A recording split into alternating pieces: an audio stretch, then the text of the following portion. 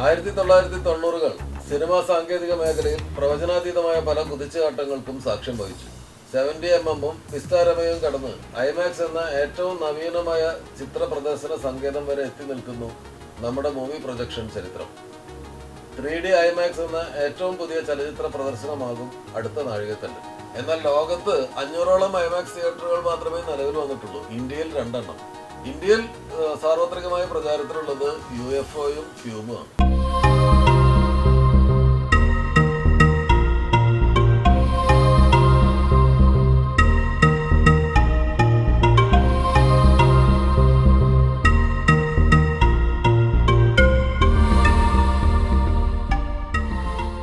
എല്ലാ പടങ്ങളും UFOക്കാർ ബോംബെയിൽ നിന്ന് ഡൗൺലോഡ് ചെയ്യും. അപ്പോൾ നമുക്ക് ആവശ്യമുള്ള പടം ഡൗൺലോഡ് ചെയ്ത് കഴിഞ്ഞാൽ നമ്മൾ കണ്ടന്റ് ബ്രൗസർ എന്ന സാധനമുണ്ട്, അതിനകത്ത് നോക്കും നമ്മളെ പടം കയറിയിട്ടുണ്ടായില്ലേ.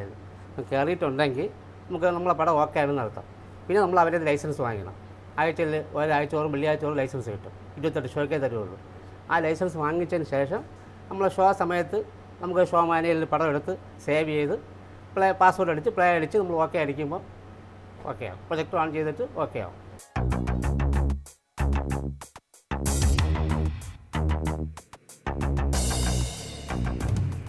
നമ്മൾ പടം സ്റ്റാർട്ട് ചെയ്യുന്ന സമയത്ത് പാസ്വേഡ് കൊടുത്ത് അത് ഓക്കെ അടിച്ച്. നമുക്ക് നേരത്തെ നമ്മൾ ഫോട്ടോഫോൺ സെറ്റ് ഉപയോഗിച്ചിരുന്നപ്പോൾ ഏതാണ്ട് നമ്മളന്ന് വാങ്ങിക്കുമ്പോൾ ഏതാണ്ട് 4 ലക്ഷം രൂപയായിരുന്നു ഒരു പ്രൊജക്ടറിന്. അന്ന് വാങ്ങിക്കുമ്പോൾ ഏതാണ്ട് 27 വർഷം മുമ്പ് വാങ്ങിക്കും. ഇപ്പോൾ നമ്മൾ ഫോട്ടോഫോൺ സെറ്റൊന്നും ആരും ഉപയോഗിക്കുന്നില്ല. ഇപ്പോൾ എല്ലാം ഡിജിറ്റൽ സിസ്റ്റത്തിലേക്ക് മാറിക്കഴിഞ്ഞു എല്ലാവരും. ഇപ്പോൾ ഡിജിറ്റൽ സെറ്റ് തന്നെ ഇപ്പോൾ നമ്മൾ ക്യൂബിൻ്റെ സെറ്റ് വാങ്ങിച്ചു കഴിഞ്ഞാൽ ഇപ്പോൾ നമ്മുടെ ഇവിടെ ഇരിക്കുന്നത് അവരുടെ 12 ലക്ഷം രൂപ വിലയുള്ള ആ സെറ്റായിരിക്കുന്നത്. ഡ്യുവൽ ലാമ്പിൻ്റെ സെറ്റായിരിക്കുന്നത്. മാതിരിയിലിരിക്കുന്നത് അവർ തന്നെ ഒരു 6 ലക്ഷം രൂപ വരുന്ന സെറ്റായിരിക്കുന്നത്. ഇപ്പോൾ മാതിരി ഇരിക്കുന്നത് ഡിജിറ്റൽ സിസ്റ്റം ക്യൂബിൻ്റെ ആ സിസ്റ്റം ഇരിക്കുന്നത്. മൂവി പ്രൊജക്ഷൻ മേഖലയിൽ 35 വർഷത്തിലേറെ കാലമായി പ്രവർത്തിക്കുന്ന രാധാകൃഷ്ണൻ ചലച്ചിത്ര പ്രദർശന സങ്കേതങ്ങൾക്കൊപ്പം നടന്ന ഈ പ്രൊജക്ടർ ഓപ്പറേറ്റർക്ക് ക്യൂബും പുതിയ സങ്കേതങ്ങളും ഒക്കെ കുട്ടിക്കളിയാണ്. അപകടങ്ങൾ പതിയിരുന്ന സദാ ഉഷ്ണവും വിഷവായുവും വമിച്ചിരുന്ന പഴയ പ്രൊജക്ടറുകളോട് താരതമ്യം ചെയ്യുമ്പോൾ ഇപ്പോഴത്തെ ടെക്നോളജി കുട്ടിക്കളി ആയില്ലെങ്കിലല്ലേ അത്ഭുതമുള്ളൂ. പഴയ പ്രൊജക്ടർ എന്ന് പറഞ്ഞാൽ അന്ന് ഈ എക്സോസ്റ്റ് ഫാനും കാര്യങ്ങളൊന്നുമില്ല. നമ്മൾ കാർബൺ കത്തിക്കായിരുന്നു. പക്ഷെ അതിൻ്റെ പുകയെല്ലാം നമുക്ക് ഇങ്ങനെ വളരെ ചൂടും നല്ല ചൂടുമായിരുന്നു.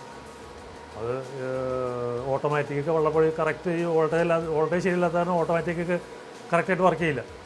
പിന്നെ നമ്മളങ്ങനെ അടുത്ത് നിന്ന് ശ്രദ്ധിച്ചുകൊണ്ടേയിരിക്കണം. അങ്ങനെ കുറേ ബുദ്ധിമുട്ടുകളുണ്ടായിരുന്നു.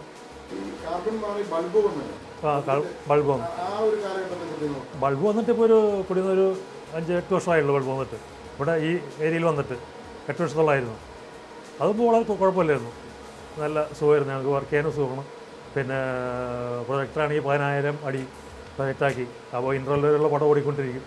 അപ്പോൾ നമുക്ക് കാര്യമായിട്ട് കുഴപ്പങ്ങളൊന്നുമില്ല. സുഖമായിരുന്നു, വർക്ക് ചെയ്ത് സുഖമായിരുന്നു. അപ്പോൾ അതിനുശേഷം ഇപ്പോൾ ഡിജിറ്റൽ വന്നു. ഡിജിറ്റൽ അതിലും വളരെ സുഖമായി. ഇപ്പോൾ നല്ല ചൂടൊന്നുമില്ല. ഫുൾ എ സിയിലിരിക്കാം. ട്യൂബിൻ്റെ സിസ്റ്റം എന്ന് പറഞ്ഞാൽ ട്യൂബ് ഇപ്പോൾ അതിന് ശരിയായ പ്രധാനപ്പെട്ട ഘടകങ്ങൾ പ്രൊജക്ടർ, സർവർ, ഇങ്ങനെ 2 സാധനങ്ങളാണ് അതിന്. ഇപ്പോൾ നമ്മൾ ഈ ഓരോ പടത്തിൻ്റെ ഹാർഡ് ഡിസ്കിൽ നിന്ന് പടത്തിൽ ഈ സെർവറിലേക്ക് കയറ്റി കഴിഞ്ഞിട്ട് അവിടെ നേരെ ത്രൂ ആയിട്ട് നമുക്ക് പ്രൊജക്റ്റിലേക്ക് വരുന്നു. അപ്പോൾ പ്രൊജക്ടർ ഇവിടെ ഇരിക്കുന്നു. ഏതാണ്ട് സൗണ്ട് സിസ്റ്റത്തിൻ്റെ ബാക്കിലായിട്ട് വയ്ക്കുന്നു. അപ്പോൾ ഈ പ്രൊജക്റ്റിൽ നിന്നുള്ള സിഗ്നൽ അതായത് ഈ സെർവറിൽ നിന്നുള്ള സിഗ്നൽ നേരെ പ്രോസസ്സിലേക്ക് വന്നിട്ട് ആ പ്രോസസ്സിൽ നിന്ന് തരംതിരിച്ച് സ്റ്റേജ് ലെഫ്റ്റ്, സെൻറ്റർ റൈറ്റ്, അല്ല surround left, surround right, subwoofer, ഇങ്ങനെ 6 ചാനലായിട്ട് വന്നാണ് സൗണ്ട് സിസ്റ്റം ആയിരിക്കുന്നത്. ട്യൂബിൽ പടം സ്റ്റാർട്ട് ചെയ്യാൻ പോകുന്നു. ഇപ്പോൾ തന്നെ പടം സ്ക്രീനിൽ തെളിയും.